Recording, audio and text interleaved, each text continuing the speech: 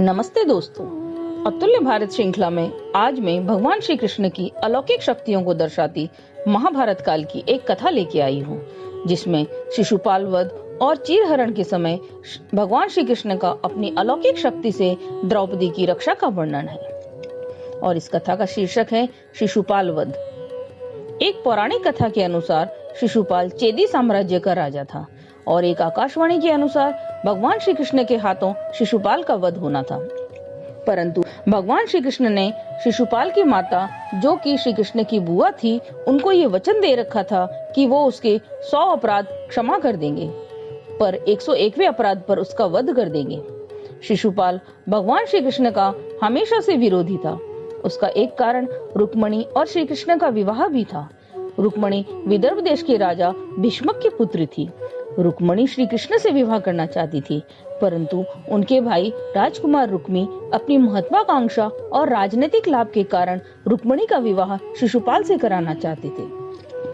इसलिए रुक्मणी ने श्री कृष्ण को पत्र लिखकर इस अवांछित विवाह को रोककर अपने साथ विवाह करने का संदेश भेजा। उधर राजकुमार रुक्मी ने भी शिशुपाल को रुक्मणी से विवाह के लिए बुलावा भेज दिया था, परंतु भगवान श्री कृष्ण रुक्मणी की पुकार पर आ उन्हें विदर्भ देश से ले गए और उनसे विवाह कर लिया। इस पर शिशुपाल उनका और विरोधी हो गया। महाभारत काल में इंद्रप्रस्थ नरेश सम्राट युधिष्ठिर का राजसूय यज्ञ के बाद राज्याभिषेक हो रहा था। वहां पर राजा, महाराजा, ऋषि, मुनि सभी आमंत्रित थे। भगवान श्री कृष्ण भी अपने बड़े भाई बलराम के साथ वहां उपस्थित थे।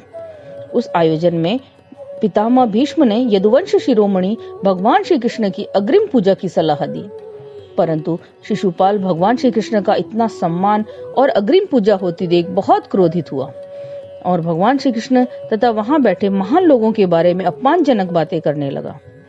भगवान श्री कृष्ण ये सब सहन करते जा रहे थे, क्योंकि उन्होंने शिशुपाल की माता को उनके 100 अपराध क्षमा करने का वचन दे रखा था। जैसे ही शिशुपाल ने 101वां अपशब्द भरी सभा में अपने मुंह से निकाला, भगवान ने अपना सुदर्शन चक्र चला दिया। जब सुदर्शन चक्र शिशुपाल का वध कर वापस श्री कृष्ण की उंगली में आया, तो भगवान की उंगली थोड़ी कट गई और उसमें से खून निकलने लगा। तब वहां विराजमान द्रौपदी तुरंत श्री कृष्ण के पास आई और अपनी साड़ी के आंचल का किनारा फाड़कर उस कपड़े को भगवान श्री कृष्ण की उंगली पर बांध दिया, जिससे खून बहना बंद हो गया। तब भगवान श्री कृष्ण ने प्रसन्न होकर द्रौपदी से कहा, कल्याणी, मैं तो आज तुम्हारा ऋणी हो गया। समय आने पर इस कपड़े के एक एक धागे का ऋण अवश्य उतारूंगा। फिर जब हस्तिनापुर राजसभा में द्रौपदी का चीरहरण हो रहा था, तब भगवान श्री कृष्ण ने अपनी अलौकिक शक्ति से द्रौपदी की लाज बचाई थी।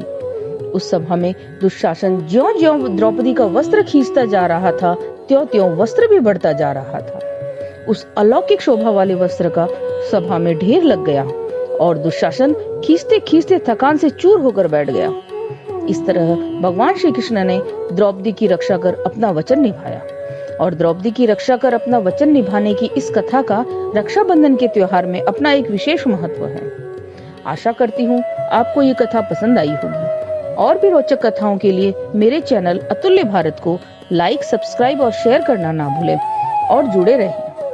ये कथा आपको मेरे ब्लॉग में भी मिल जाएगी, जिसका लिंक आपको नीचे डिस्क्रिप्शन में मिल जाएगा। धन्यवाद।